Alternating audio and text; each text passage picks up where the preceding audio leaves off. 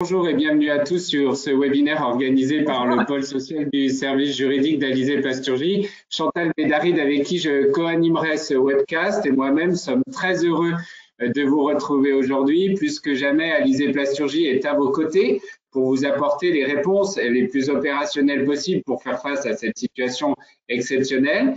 Épisode 2 d'une série de 3 webinaires, tous consacrés à comment anticiper la reprise d'activité. Pour rappel et pour ceux qui ne l'auraient pas suivi, le replay du premier webinaire consacré aux questions en HSE est disponible et accessible depuis le site d'Alizé Plasturgie, rubrique replay.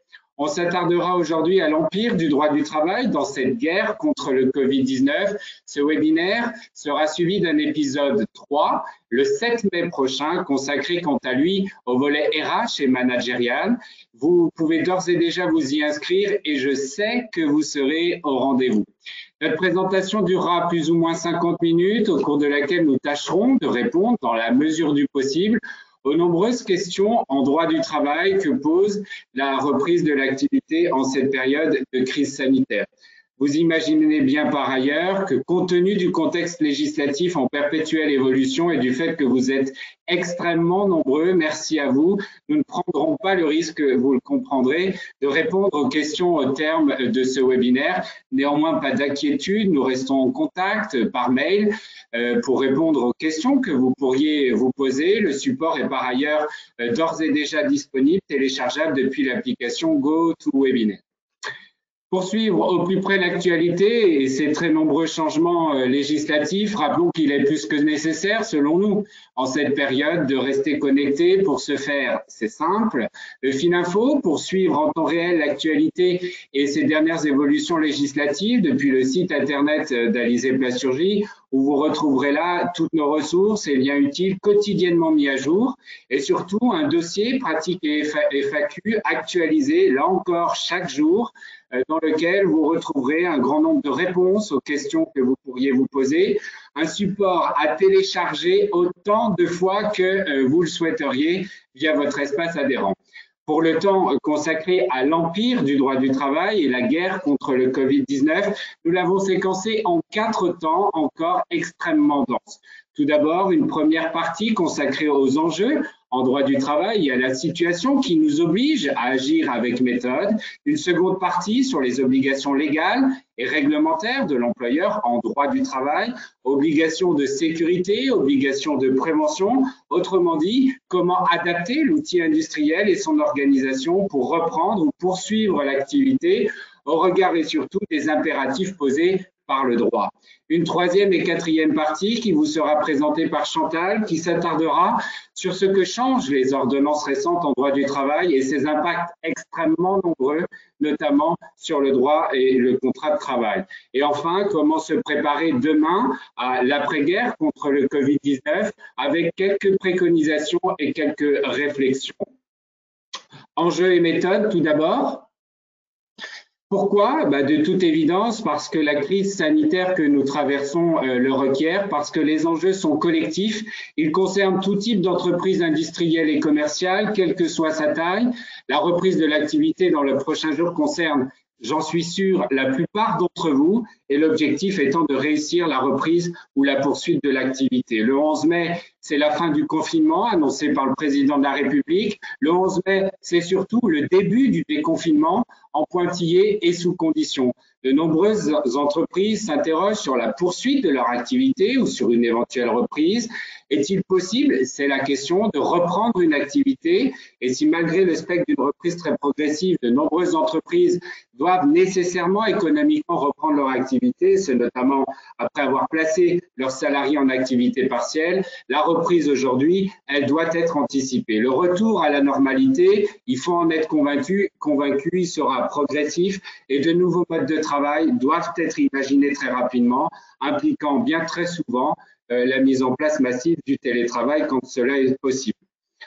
Un autre constat, c'est qu'aujourd'hui commence un moment le plus dur sans doute. C'est au moment de la reprise que le plus dur commence parce que s'il est effectivement pertinent d'imaginer ou de reprendre une activité sur le plan économique, reste aujourd'hui à préparer le retour des salariés en entreprise.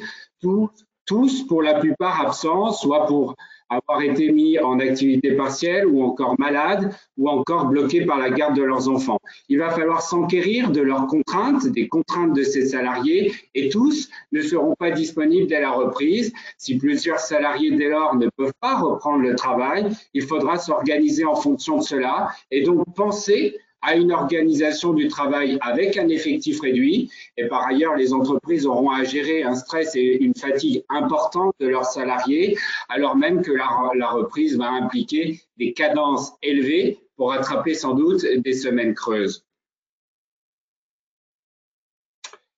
Des enjeux, un autre constat, des enjeux à court, à moyen et à long terme, anticiper, communiquer et agir. À court terme, eh bien, de toute évidence, c'est s'armer face à l'urgence, sécuriser le traitement des situations de très court terme et déterminer les moyens à mettre en œuvre pour poursuivre ou reprendre votre activité et notamment de lister les mesures urgentes et spécifiques à mettre en œuvre pour assurer les conditions sanitaires, on le verra juste après, nécessaires à la poursuite de l'activité, à la fois dans les bureaux, les ateliers, les dépôts sur les chantiers, et il va appartenir à chacune des entreprises d'évaluer sa capacité à s'y conformer et de prendre dès lors les dispositions qu'elle estimera nécessaires. Des enjeux à moyen terme, de garantir la continuité de l'activité pendant la crise et de mobiliser et d'accélérer l'intelligence collective pour co-construire des solutions pratiques.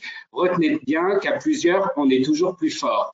À plus long terme, préparer et optimiser une sortie de crise, réussir réunir à la fois des décideurs, des équipes opérationnelles pour valider des approches pratiques et pragmatiques et apporter des solutions adaptées mais surtout durables à la réalité du terrain.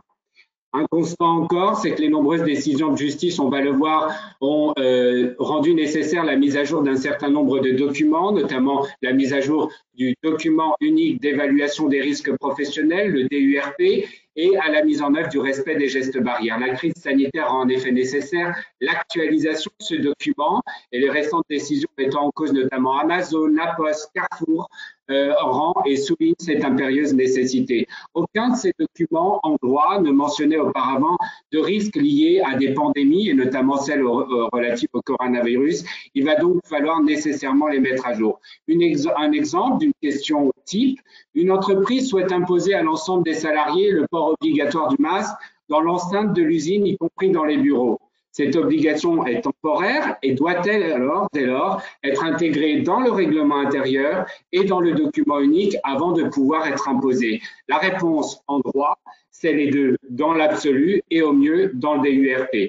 À ce titre, je vous invite d'ores et déjà à télécharger la trame PDF du document DURP depuis votre site Alizé Plasturgie. Et enfin, un second temps, le respect des gestes barrières, j'y reviendrai par la suite, et notamment quid de la machine à café.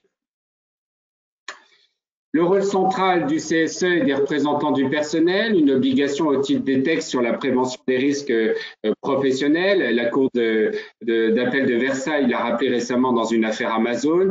Le déconfinement touche à la marge générale de l'entreprise et relève nécessairement du CSE de chaque entreprise.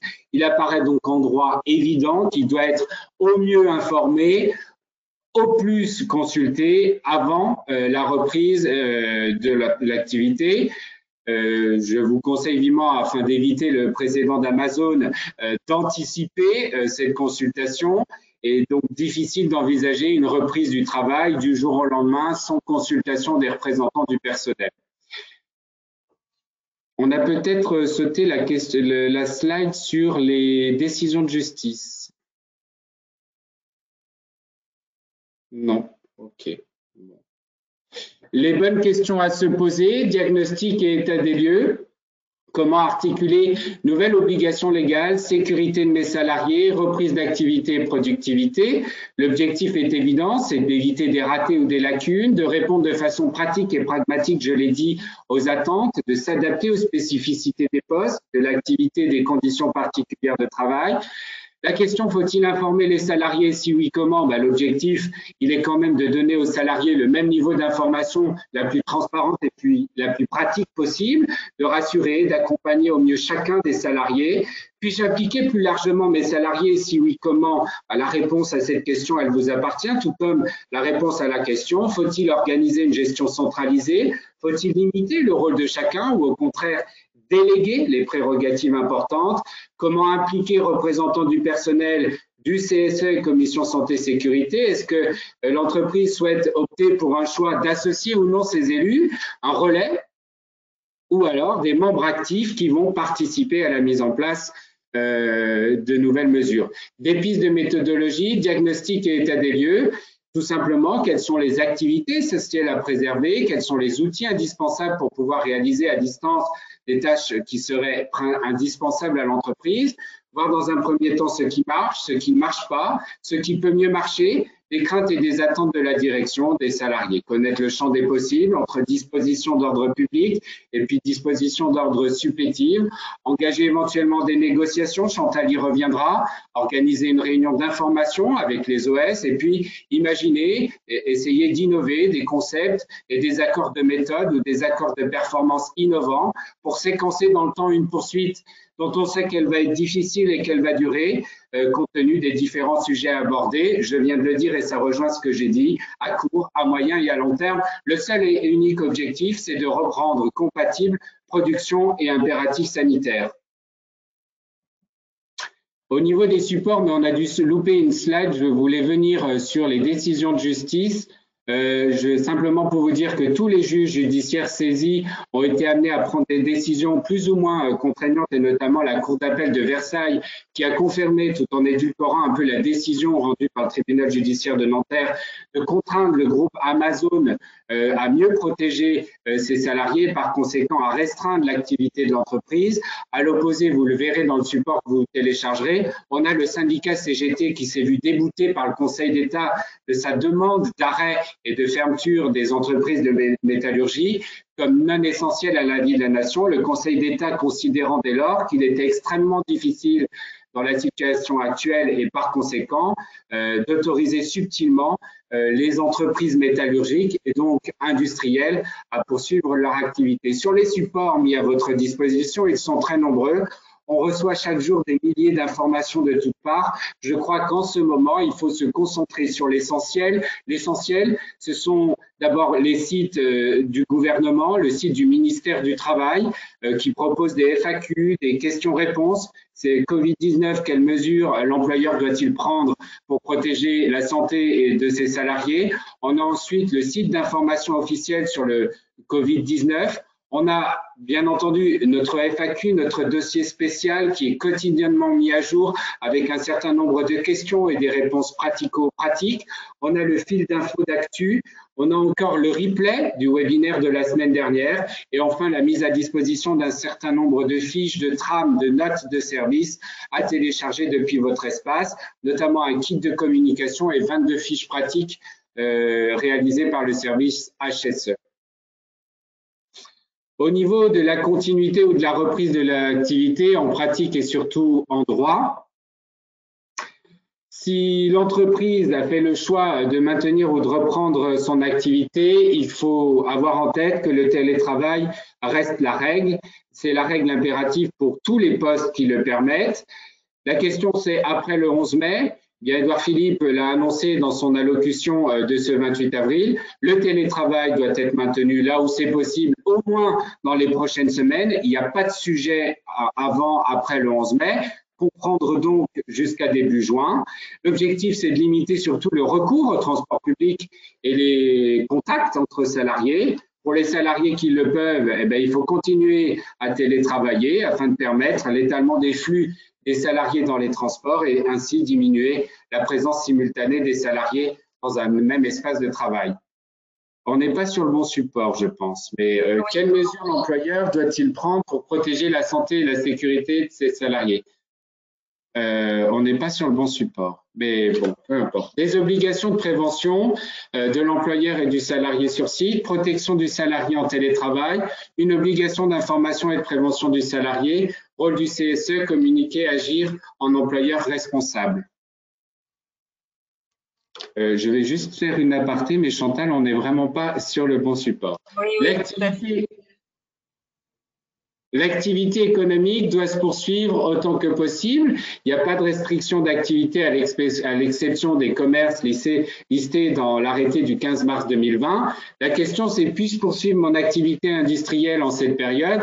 La réponse est oui, mais sous réserve de repenser son organisation en affichant notamment les gestes barrières et les règles de distanciation, c'est-à-dire protéger les salariés au travers de masques, de lunettes et de gants, d'organiser le travail de façon adaptée, de mettre en place des mesures de distanciation, de limiter au strict nécessaire les réunions, de limiter les regroupements de salariés, d'organiser encore une désinfection régulière des points de contact, notamment des vestiaires et des poignées, et de reporter ou d'annuler les déplacements. En ce qui concerne les déplacements du salarié, jusqu'au 11 mai, ils sont limités avec attestation de l'employeur et après le 11 mai, il n'est plus nécessaire d'avoir une autorisation pour se déplacer, mais le périmètre sera limité à 100 km. Assurer la sécurité ainsi que la santé physique et morale des salariés, en droit, cette obligation, elle est posée par un arrêt Air France, qui dit que l'employeur doit prendre les mesures nécessaires pour assurer la sécurité et protéger la santé physique et mentale des travailleurs. Il doit notamment les informer lorsque les risques se présentent et mettre en place les moyens adaptés pour protéger au mieux les salariés. Disposition insérée à l'article 41-21 du Code du travail. Je vous invite à revoir le webinaire QHSE de la semaine dernière sur ce sujet. Chantal, on n'est vraiment pas sur le bon support. Est-ce que tu veux qu'on essaye de le changer? On va essayer de changer le support. Prendre peut-être le support PDF que j'ai mis.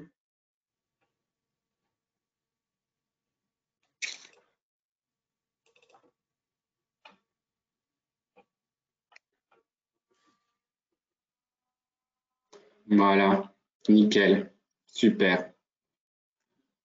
Peut-être mettre en plein écran.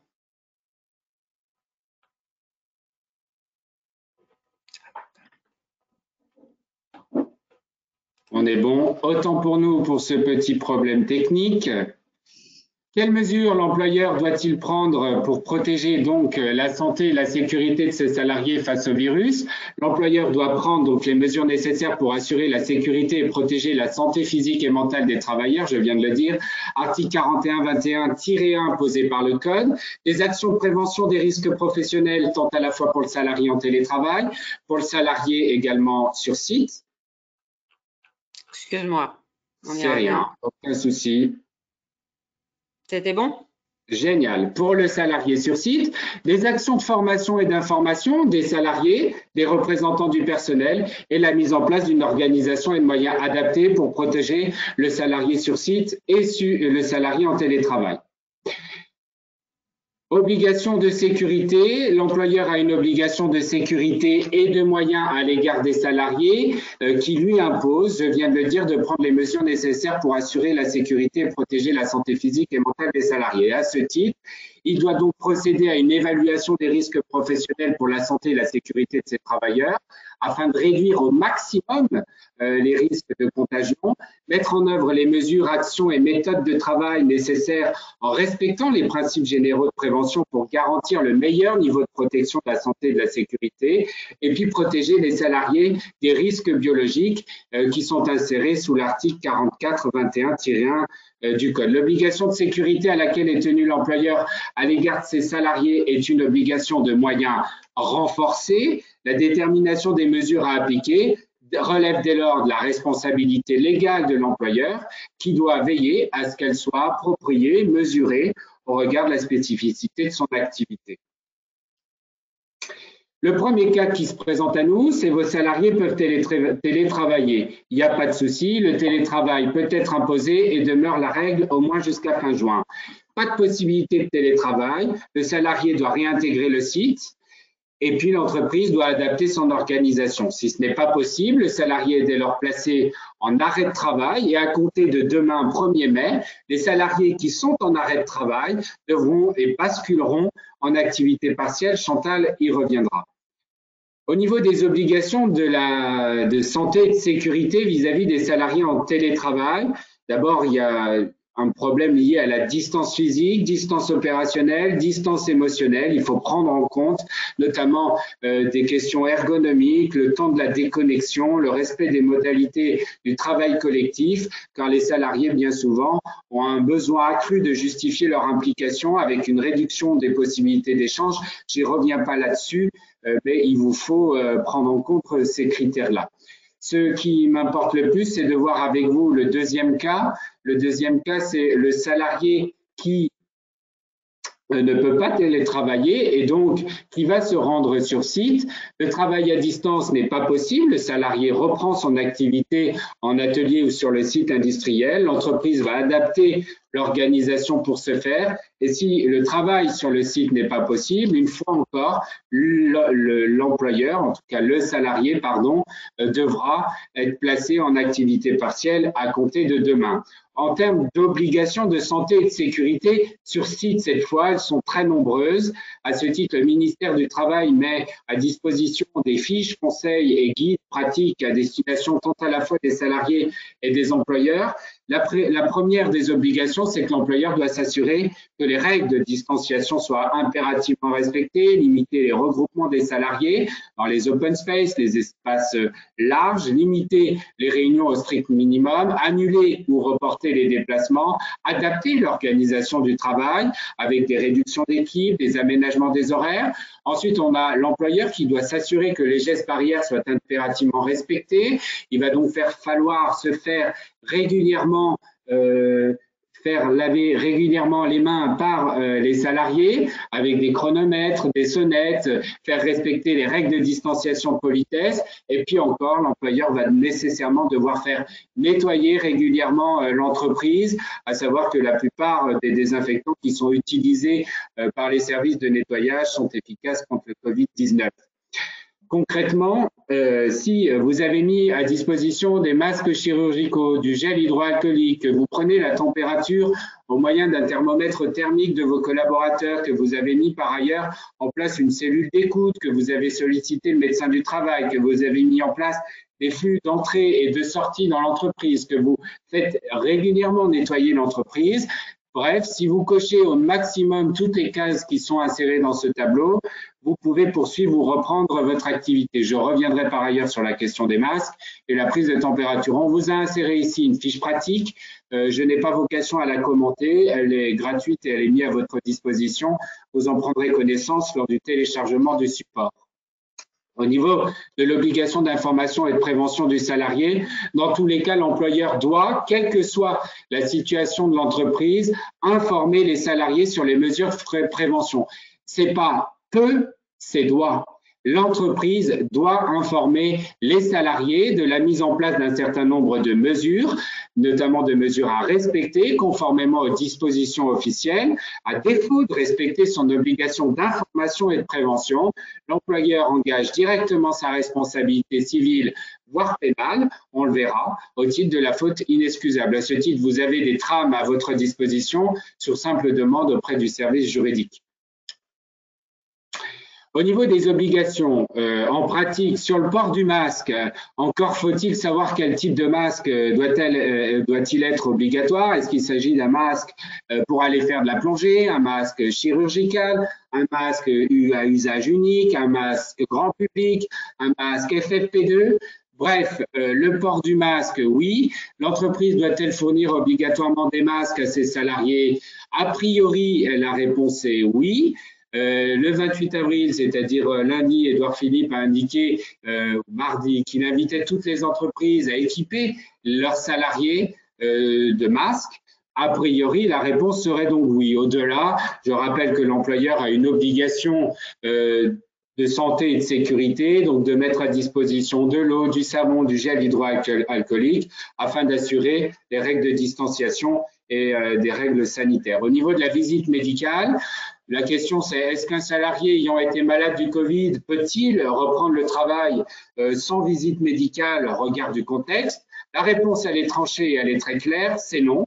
La visite de reprise est obligatoire. Elle doit être organisée pour une absence pour cause de maladie non professionnelle liée au Covid-19. Par ailleurs, un décret du 8 avril dernier vient prévoir la possibilité de repousser un certain nombre de visites médicales, notamment la visite d'information et de prévention, la VIP, ainsi que l'examen d'aptitude. En tout état de cause, un salarié ayant été malade du virus du Covid-19 doit avoir une visite médicale.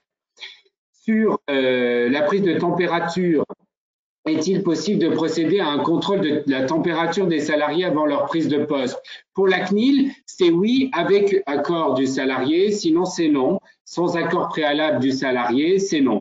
Le contexte exceptionnel de la crise sanitaire fait en sorte qu'on peut aller un petit peu au-delà des libertés individuelles. Si vous souhaitez prendre la température de vos salariés lorsqu'ils arrivent sur le site, il est nécessaire de les tenir informés une fois encore au travers d'une note de service disponible auprès du service juridique, et puis et surtout de ne pas enregistrer la température au moment de la prise et de l'arrivée sur site. Une question sur la prise de sang, elle nous a été posée, on y répond. Est-il possible de contraindre les salariés de se soumettre à une prise de sang pour vérifier leur non-contamination au Covid-19? La réponse est non. L'employeur ne peut en aucun cas demander à ses salariés de se soumettre à une prise de sang pour vérifier s'ils seraient ou non porteurs du Covid, parce qu'ils auraient été ou non en contact d'une femme, de leur femme, d'un proche, infirmier, médecin qui potentiellement aurait le Covid. La réponse, c'est non. C'est non, et si vous respectez toutes vos obligations, en principe, le salarié ne pourra pas faire valoir son droit de retrait. En application, bien sûr, de l'article 41-31-1 du Code, un travailleur peut se retirer de sa situation de travail si il a un motif raisonnable de penser qu'elle présente un danger grave et imminent pour sa vie et sa sécurité. Si l'employeur prend toutes les mesures nécessaires, mais surtout s'il a mis à jour son DURP, le droit de retrait est injustifié. C'est ce qu'est venu rappeler la Cour d'appel de Versailles dans son arrêt du 28 avril dernier, puis du 24 avril. L'employeur ne prend pas suffisamment en compte les recommandations sanitaires et n'a pas mis à jour son DURP. Le droit de retrait est alors justifié. Je rappellerai néanmoins que la légitimité du droit de retrait reste soumise à l'appréciation du juge. Rappelez encore que l'inspection du travail va renforcer les contrôles dans les entreprises. Elle a d'ores et déjà réalisé 42 mises en demeure et engagé un certain nombre de procédures judiciaires, notamment en Alsace-Moselle, là où le confinement a été mis en place avant le reste du pays. Mais par ailleurs, les inspections du travail vont accroître les contrôles sur site pour vérifier la bonne application dans les entreprises des règles de sécurité sanitaire. Elle l'a communiqué très clairement ce 22 avril. Elle n'hésite pas à dire qu'elle viendra sur site pour procéder au constat indispensable à l'outil de procédure juridique. L'inspection du travail participera prochainement à des opérations ciblées. Je ne peux que vous inviter à prendre les meilleures des précautions. Un homme averti en vaut plus de deux. Au niveau du constat du respect de son obligation, pourquoi faire constater son obligation? Tout d'abord, pour sécuriser et faciliter la reprise de vos activités, pour vous prémunir pour demain, en interne, salariés ou syndicats, mais surtout pour protéger les salariés, vos partenaires et clients, si vous avez des donneurs d'ordre qui vous imposent un certain nombre de respect de règles.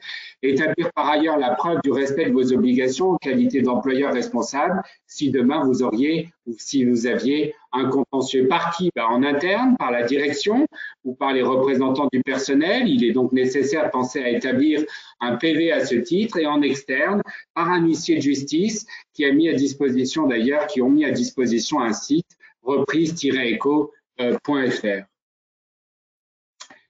Le rôle du CSE pendant la crise est une question récurrente sur laquelle nous sommes interrogés. À la question, l'employeur doit-il consulter le CSE avant de rouvrir l'entreprise? La réponse est oui. Il doit être informé et consulté dans le cadre de la poursuite de l'activité préalablement à la reprise de l'activité.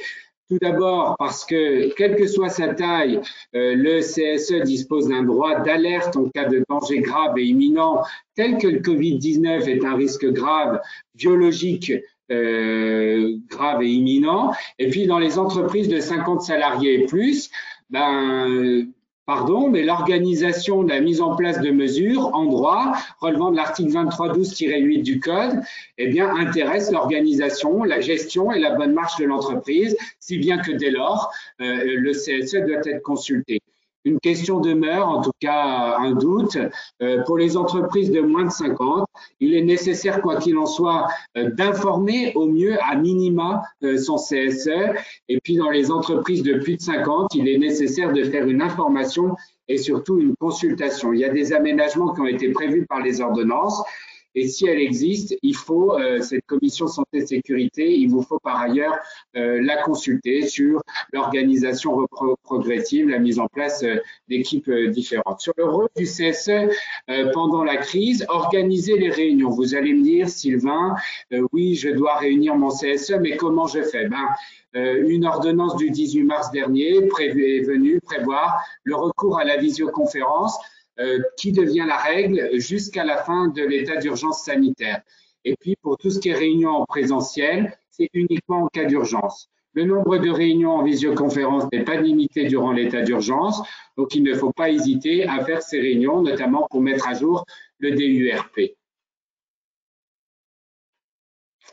Au niveau des directives pour le salarié, si vous aviez demain un salarié qui était infecté suite à votre reprise d'activité, d'abord, il faut se reporter aux informations sur le portail officiel, ça paraît être une évidence, mais le bon sens est de droit en ce moment. Se connecter sur le site du gouvernement. Si le salarié a de la fièvre plus ou moins importante, appelez soit son médecin, soit le 15. Mais c'est surtout, quel est le risque demain en termes de maladie professionnelle? Est-ce qu'une contamination au Covid-19 peut être reconnue comme origine professionnelle? La réponse est oui, d'ailleurs comme toute autre maladie contagieuse. Toutefois, c'est sur le fond, en droit, la preuve de l'origine professionnelle sera extrêmement difficile à rapporter. À ce titre, je ne peux que vous inviter à conserver dès maintenant des preuves d'achat d'équipements de protection, d'information, de formation que vous auriez pu faire à vos salariés et des mesures de prévention que vous avez mis en place.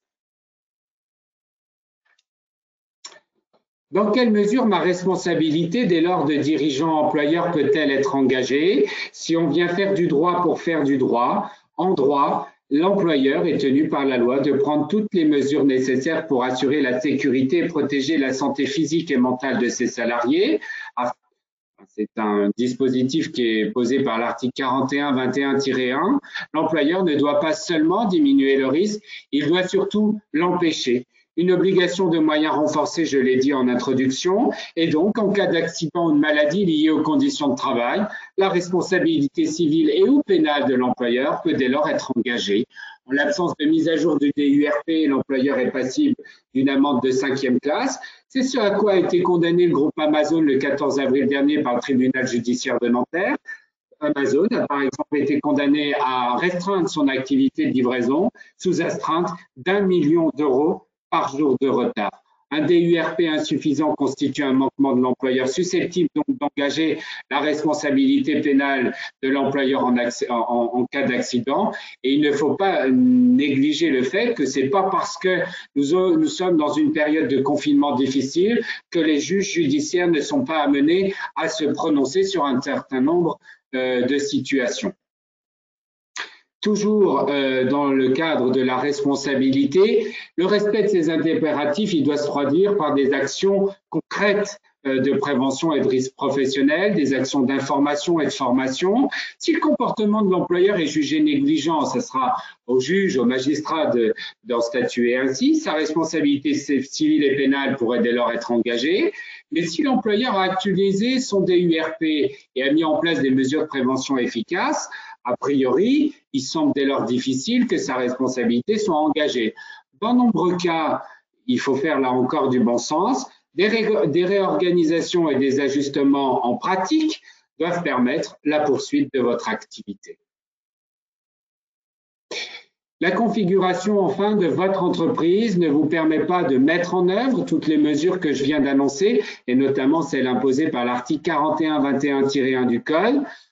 Eh bien, la réponse, elle est assez claire, elle est peut-être abrupte, mais un employeur qui ne pourrait pas mettre en place des mesures pour garantir le respect des règles de distanciation et assurer ainsi le lavage effectif très régulier des mains, je vous l'ai dit, au travers d'une sonnette, d'un chronomètre, avec du savon, la mise à disposition de gel hydroalcoolique. En cas de contrôle de l'inspection du travail, eh bien, vous serez nécessairement dans l'obligation de cesser toute activité. Voilà pour la première et la seconde partie. Je laisse la parole à Chantal Bellary dans ce qui concerne les ordonnances et puis l'avenir contre la guerre contre ce Covid-19. Bonjour à toutes et à tous. Nous allons aborder maintenant ce que changent les ordonnances en droit du travail. Avec différents points, les principaux impacts sur les débuts des contrats de travail. Nous ferons différents focus sur les titres de séjour, les congés payés, RTT et autres jours de repos, les heures supplémentaires, les heures complémentaires, un focus sur l'activité partielle, encore modifiée, un focus sur les arrêts maladie, à nouveau des modifications également, un focus sur la prorogation des délais de reconnaissance des accidents du travail et maladies professionnelles, un focus sur la prime PEPA, et puis nous terminerons avec les principaux impacts sur les ruptures de contrat de travail, les fins de contrat. Pour démarrer, les impacts sur les débuts des contrats, comment intégrer les nouveaux salariés dans ce contexte particulier, notamment comment gérer l'avant-embauche à distance, prioriser les visio, les outils de visio pour pouvoir échanger avec vos candidats. Ensuite, une fois qu'on intègre ces candidats dans l'entreprise, comment gérer les périodes d'essai. Le simple fait d'être en période d'essai ne fait pas obstacle au télétravail. Donc, si la reprise sur site physique n'est pas possible et qu'il est possible de télétravailler, bien évidemment, le candidat nouvellement intégré sera placé en télétravail et la période d'essai, dans ce cas-là, n'est pas suspendue. Si la reprise physique ou la prise d'activité physique sur le poste sur site est possible, alors effectivement, on va intégrer le nouveau salarié avec le respect des obligations de santé, de sécurité, telles que les a décrites Sylvain, l'adaptation de l'organisation. Et là encore, la période d'essai n'est pas suspendue. Si le télétravail n'est pas possible, qu'il n'est pas possible non plus d'intégrer sur site, le salarié pourra bénéficier d'un arrêt de travail, notamment s'il a des gardes d'enfants de moins de 16 ans. Donc, arrêt de travail à déclarer jusqu'à ce jour sur le site d'Amélie, mais à partir de demain, attention, le salarié sera placé en activité partielle. On va y revenir. Est-ce que l'employeur peut rompre la période d'essai à cause du coronavirus? Si la question est posée de cette façon, c'est non. La rupture serait considérée comme abusive puisqu'elle n'est pas en rapport avec l'examen des qualités professionnelles du salarié à tenir ou pas le poste. Attention, dans ce cas, si on rompait une période d'essai uniquement du fait du virus, les dommages et intérêts pourraient être demandés et versés aux salariés. Est-ce que la date d'embauche peut être reportée? Alors oui, d'un commun accord avec le salarié. Sans accord du salarié, c'est possible uniquement si le contrat n'a pas encore été signé. Attention, les sanctions sont différentes en fonction de la nature du contrat de travail, CDI ou CDD. Pour les CDD, attention, le non-respect des dispositions prévues au contrat emporte la requalification en CDI. Quid de la visite médicale dans le cadre de ces embauches? Les visites non indispensables, notamment les visites d'information et de prévention, sont reportées par l'ordonnance du 1er avril 2020. En tout état de cause, sollicitez la médecine du travail qui vous dira si elle peut recevoir ou non le salarié au moment de cette embauche. Petite modification concernant la durée de validité des titres de séjour. Par ordonnance du 22 avril, il y a eu une prolongation de la validité des titres de séjour. En fait, cela va concerner les titres qui arrivent à expiration entre le 16 mars et le 15 mai 2020. Donc, la validité de ces documents va être prolongée de 180 jours. Cela concerne les visas de non-séjour, les titres de séjour, les autorisations provisoires de séjour et les récépissés de demande de titres de séjour. Un focus sur les congés, les jours RTT, autres jours de repos. Pour rappel, l'ordonnance du 25 mars 2020 permet à l'employeur de déroger à certaines règles pour la prise des congés payés et autres jours de repos, et cela jusqu'au 31 décembre 2020. À noter qu'un accord collectif est requis pour ce qui concerne les aménagements liés aux congés payés. Nous vous mettons à disposition une trame concernant cet accord qui permet de modifier la prise des congés payés. N'hésitez pas à nous solliciter. Pour modifier ou imposer des jours de congés payés, donc par accord collectif, attention, il y a quand même certaines règles à respecter. Ça va concerner des jours de congés payés, mais uniquement dans la limite de 6 jours ouvrables. Et là, on va ramener le délai de prévenance à 1 jour franc minimum. Vous pouvez par cet accord également fractionner le congé principal sans accord du salarié et également déroger à l'obligation d'octroyer un congé simultané à des conjoints ou à des partenaires liés par un PACS qui travaillent au sein de l'entreprise. Maintenant, concernant les jours de repos, les jours RTT, les jours affectés à un CET, vous pouvez les modifier ou les imposer par simple décision unilatérale, là dans une limite de 10 jours maximum de congé, enfin de jours de repos ou RTT, avec toujours un délai de prévenance de 1 jour franc. Nous venons maintenant aux heures supplémentaires, les heures complémentaires qui concernent les heures réalisées pour les temps partiels, au-delà de la durée prévue au contrat. Ces heures-là sont défiscalisées. Donc, qu'en est-il pendant cette période de Covid? Il vient d'y avoir donc un relèvement par la loi de finances rectificative pour 2020. Aujourd'hui, la limite de 5 000 € qui permet l'exonération de cotisations sociales et d'impôts sur le revenu des heures supplémentaires et des heures complémentaires. On nous dit que si cette limite de 5 000 € est atteinte en raison d'heures supplémentaires et ou complémentaires réalisées entre le 16 mars et le dernier jour de l'état d'urgence sanitaire, pour le moment 24 mai, donc sauf éventuel report par une loi nouvelle, eh bien ce montant va être relevé à 7 500 € net par salarié. Attention, ça ne concerne que l'impôt sur le revenu. Concernant l'activité partielle, à nouveau le dispositif est transformé par une ordonnance du 22 avril 2020 avec plusieurs modifications. La principale concerne la possibilité d'individualiser le recours donc à l'activité partielle. À titre exceptionnel, c'est pour faciliter l'organisation des entreprises à la sortie du confinement. Les employeurs vont et donc peuvent depuis le 22 avril placer en activité partielle, une partie seulement des salariés de l'entreprise ou d'un établissement ou d'un service ou d'un atelier, y compris ceux qui relèveraient d'une même catégorie professionnelle. Il est également possible d'appliquer à ces salariés une répartition différente des heures travaillées et non travaillées. Pour rappel, en temps normal, l'activité partielle est plutôt une mesure collective qui concerne sans distinction tous les salariés de l'établissement ou du service visé, y compris lorsqu'elle est mise en œuvre individuellement et alternativement par roulement. Quelles sont les conditions de cette individualisation? Alors, l'individualisation doit être nécessaire pour assurer le maintien ou la reprise de l'activité et l'employeur va devoir être couvert soit par un accord d'entreprise, soit avoir obtenu un avis favorable du CSE par un document relatif à cette mesure. Cet accord ou cette DU vont devoir comporter un certain nombre d'éléments, les compétences identifiées comme nécessaires au maintien ou à la reprise d'activité de l'entreprise ou de l'établissement ou du service ou de l'atelier.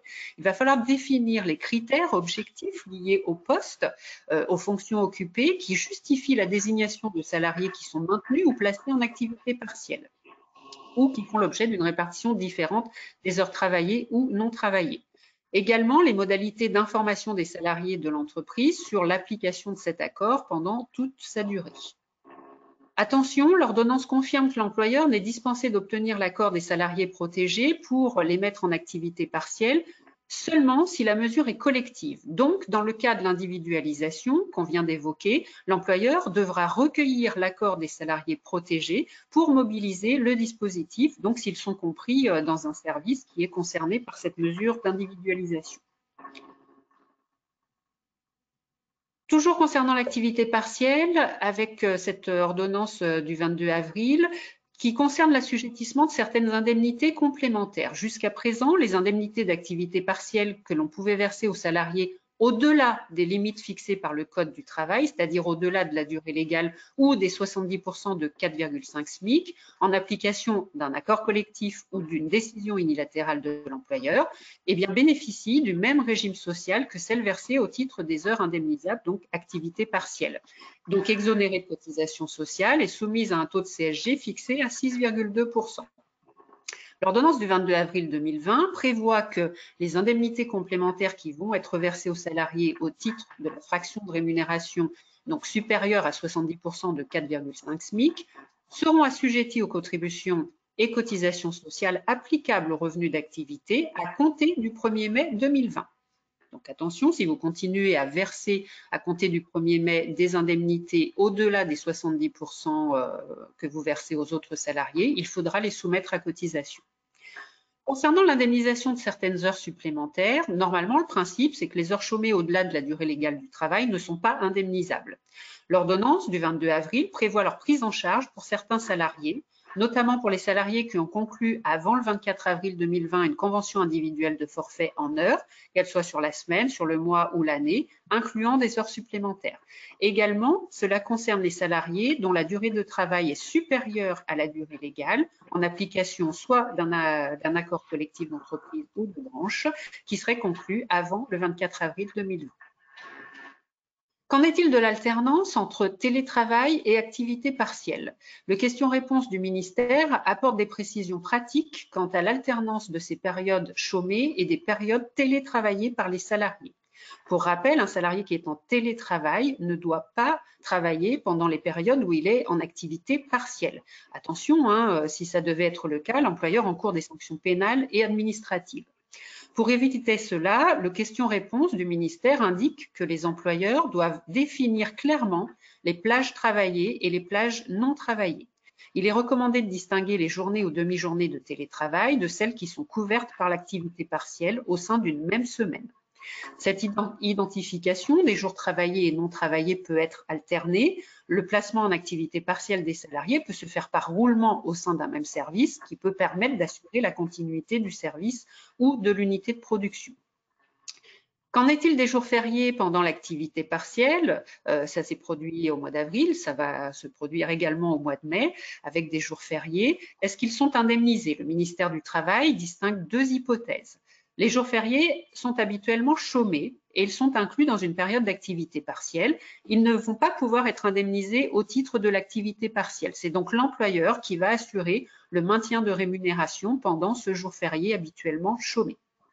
Si les jours fériés sont habituellement travaillés, alors ils sont indemnisés au titre de l'activité partielle, comme les jours ou heures chômées normalement travaillées. Nous passons maintenant à un focus sur les arrêts maladie et à l'indemnisation légale des arrêts de travail en période de Covid, avec là un petit tableau récapitulatif avec ce qui concerne les arrêts Covid, arrêts maladie, la mise en quarantaine, les arrêts d'éviction, les arrêts pour garde d'enfants et à côté également les arrêts classiques, avec des incidences sur le délai de carence, sur le montant d'indemnisation, sur les conditions d'ancienneté. Donc, il y a eu différentes mesures qui sont venues supprimer le délai de carence avec des dates de mise en œuvre différentes s'il s'agit d'arrêts Covid ou des arrêts classiques. Le montant des indemnités également. Donc, avec une indemnisation légale à 90% du brut et ensuite un basculement à 66%. Mais attention, ce basculement à 66% a été levé. Donc, ça pour les arrêts Covid et arrêts classiques depuis le 12 mars. Condition d'ancienneté qui a été levée là également avec des dates d'application différentes s'il s'agit d'arrêts Covid ou arrêts classiques. À bien penser à faire le comparatif entre l'indemnisation qui est prévue là au niveau légal, 90% du brut, et nos indemnisations conventionnelles plasturgie. Donc, vérifiez bien si ce maintien légal est plus avantageux pour le salarié par rapport au maintien conventionnel. Il faudra bien appliquer l'indemnisation la plus favorable pour le salarié, bien évidemment. Focus sur les arrêts maladie. Attention, à compter du 1er mai, les salariés qui sont en arrêt maladie, et on va voir lesquels, vont basculer en activité partielle. C'est la loi du 25 avril 2020. Donc loi rectificative de finances, qui est venue préciser que vont être placés en position d'activité partielle les salariés qui sont en arrêt pour les motifs suivants. Le salarié qui est une personne vulnérable, qui présente un risque de développer une infection, le salarié qui partage le domicile d'une personne vulnérable et le salarié parent d'un enfant de moins de 16 ans ou d'une personne en situation de handicap qui fait l'objet d'une mesure d'isolement, d'éviction ou de maintien à domicile. Donc, à compter du 1er mai, ces salariés-là doivent être placés en activité partielle. Donc, pour les salariés qui étaient déclarés sur le site d'Amélie, il va falloir effectuer un signalement de reprise anticipée d'activité via la DSN et faire une demande d'activité partielle. Nous vous invitons à vous rapprocher, enfin, à vous connecter au site d'amélie.fr qui a mis en place des fiches pratiques pour les salariés concernés par les arrêts garde d'enfants et également pour ceux concernés par les arrêts liés aux personnes vulnérables.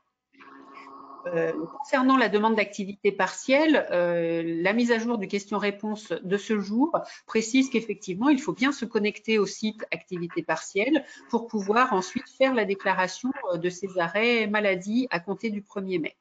Les salariés, donc à compter de cette date, vont percevoir une indemnité d'activité partielle et ne percevront plus d'indemnité journalière au titre de ces arrêts de travail. Concernant les demandes de reconnaissance AT-MP, il y a une prorogation des délais qui intervient suite à l'ordonnance du 22 avril 2020 et jusqu'à une date qui sera fixée par arrêté, mais qui ne pourra pas dépasser la date de l'état d'urgence sanitaire, le 24 mai 2020 pour le moment. Donc, différents délais sont prorogés, les délais qui s'appliquent aux salariés et aux employeurs. Le délai accordé aux salariés pour déclarer un accident du travail va être prorogé de 24 heures notamment. Les délais accordés à l'employeur qui doit déclarer à la caisse primaire d'assurance maladie un accident ou prévenir le CSE lorsque cet accident n'a entraîné aucun arrêt de travail ou soin, ces délais sont prorogés de 3 jours. D'autres délais qui suivent, donc je vous invite à prendre connaissance. N'hésitez pas à revenir vers nous par rapport à ces différentes procédures accidents du travail et maladies professionnelles.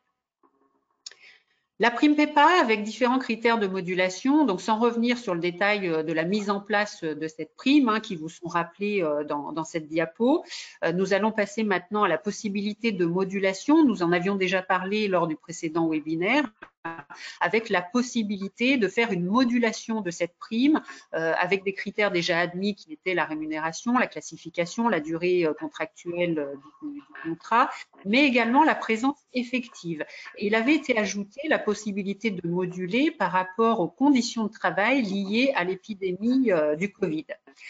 Donc, depuis le 12 mars, avec les personnes qui peuvent être au contact ou non de public, et de prendre en compte la présence effective sur site. Le question-réponse du 17 avril semble préciser qu'il serait possible d'exclure les personnes qui ne sont pas présentes sur site pour le bénéfice de cette prime. Est-ce à dire que nous allons pouvoir verser des primes uniquement aux salariés qui auraient été présents sur site et donc ne pas verser de primes du tout aux personnes qui n'auront pas été présentes? Quid des salariés en télétravail qui continuent leur activité mais qui ne sont pas présentes sur le site? Je vous invite à la plus grande prudence par rapport à cette position, puisque en fait, il a bien été admis une modulation de cette prime. La modulation ne veut pas forcément dire une exclusion des salariés. Donc, prudence par rapport à ce positionnement du question-réponse du ministère. Pour en venir maintenant aux impacts sur les ruptures de contrat, les fins de contrat, tout d'abord sur les procédures disciplinaires qui pourraient être amenées à continuer, à être mises en œuvre. Attention, il n'y a pas d'entretien préalable qui peut être organisé par téléphone ou par courrier. Il reste une incertitude quant au recours à la visioconférence. En tout état de cause, il est possible de prévoir d'un commun accord le report des entretiens. Faites attention tout de même aux dates de ces entretiens par rapport à l'ouverture d'une procédure disciplinaire. Ensuite, vous avez la possibilité d'envoyer un recommandé via la poste et via son site. Attention là aussi au délai. La gestion du préavis par rapport à ces ruptures de contrat, attention, pas de rupture, pas de suspension ou de report du fait d'un arrêt de travail, sauf accident du travail ou maladie professionnelle. Il est toujours possible de réduire un préavis, avec par contre le versement d'une indemnité lorsque c'est à l'initiative de l'employeur. Et il y a la possibilité de prolonger d'un commun accord le préavis. Un petit focus sur les ruptures conventionnelles avec une ordonnance du 25 mars qui était venue proroger les délais échus pendant la période d'urgence sanitaire et donc qui avait prévu certains aménagements de délais. La rupture conventionnelle n'avait pas forcément été visée spécifiquement par cette ordonnance. En tout état de cause, un décret du 24 avril est venu restaurer les délais administratifs en droit du travail qui avaient été suspendus par cette ordonnance. Donc qu'il s'agisse de ruptures conventionnelles individuelles ou collectives, de PSE, des demandes de modification de durée du travail ou de règles de sécurité auprès de l'inspection du travail. Les délais normaux ont été rétablis à compter du 26 avril. En pratique, au vu des retours que nous avons pu avoir des entreprises, les délais d'homologation pour les ruptures conventionnelles avaient continué à être tenus par l'administration. Quid de la force majeure? Attention, est-ce qu'on peut invoquer la force majeure, pour rappel, qui est caractérisée par un événement extérieur imprévisible lors de la conclusion du contrat, irrésistible dans son exécution et qui rend impossible la poursuite du contrat? Est-ce qu'on peut invoquer cette force majeure pour imaginer rompre un CDI ou un CDD sans préavis, sans indemnité particulière? Est-ce que le coronavirus est qualifié de force majeure? La question n'est pas tranchée à ce jour. Par contre, en cas de litige, c'est bien le juge qui va se prononcer au cas par cas et qui va déterminer si l'épidémie et ses impacts ont justifié de telle ou telle rupture de contrat. Attention, si la force majeure n'est pas retenue, la rupture du contrat sera considérée comme abusive. Donc, méfiance, hésitation à invoquer ce motif de rupture pour les contrats. Comment préparer l'après-guerre du Covid-19 et après, si les entreprises doivent dès à présent préparer le déconfinement, des questions se posent. Quelles sont les priorités? Dois-je poursuivre le télétravail à grande échelle? Est-ce qu'il faut revaloriser les métiers peu qualifiés, allonger le temps de travail, associer les salariés au plan de reprise de poursuite de l'activité? Comment penser collectif? Donc, on l'a vu, pour la réouverture des locaux et des sites de production, assurer un déconfinement dans les meilleures conditions. Dans tous les cas, il faut assurer aux salariés des locaux de travail qui permettent de cette reprise sécurisée et donc d'assurer cette exigence dans le temps, bien évidemment. Comment anticiper les difficultés économiques qui vont pouvoir venir? Donc, ouvrir le dialogue social à tous les niveaux, engager des négociations collectives avec notamment les accords de performance collective ou des accords de méthode. Ce sont des outils tout à fait adaptés à cette reprise d'activité. Comment aménager la durée du travail, les modalités d'organisation, la répartition, comment aménager les rémunérations, déterminer éventuellement des conditions de mobilité professionnelle, géographique, interne à l'entreprise. Favoriser bien sûr le retour progressif au travail. Le 11 mai, il va falloir reprendre la vie sur le site, peut-être rester confiné à la maison, continuer à faire du télétravail. Tout le monde ne reprendra pas le 11 mai dans l'entreprise. Donc, bien penser à mettre en œuvre l'obligation de sécurité. Sylvain a détaillé les différentes mesures à mettre en œuvre. Reconstruire des collectifs de travail par rapport à cette reprise. Les gens ont été éloignés pendant un certain temps. Comment reconstruire ces collectifs? Revaloriser des métiers qui sont apparus essentiels à l'activité. Repenser le management également. Donc, je vous invite pour ces différentes questions à rejoindre le 3e volet de ces webinaires exceptionnels, le volet RH pour dirigeants, managers RH, que la force soit avec vous, qui se tiendra jeudi prochain, donc le 7 mai, co-animé par Valérie Barra et Alexandra Laurent, de 11h à 11h45, et nous vous invitons d'ores et déjà à vous inscrire. Pour toutes les questions qui resteraient en suspens ou qui auraient pu se poser au terme de ce webinaire, pour rester informé, toujours le fil d'actu et également le dossier pratique. Et nous vous invitons, pour toutes ces questions restées en suspens, à nous solliciter. Vous avez nos coordonnées qui sont rappelées. Nous vous invitons bien évidemment à privilégier les échanges par email. Vous pouvez également contacter nos collègues pour les questions d'ordre économique ou d'influence en lien avec la fédération ou également des questions QHSE. Nous vous remercions beaucoup pour votre participation à ce webinaire. Nous vous invitons à nous contacter bien évidemment pour tout autre type de questions et puis nous vous disons à très bientôt. Merci à tous. Merci à vous et à bientôt. Au revoir.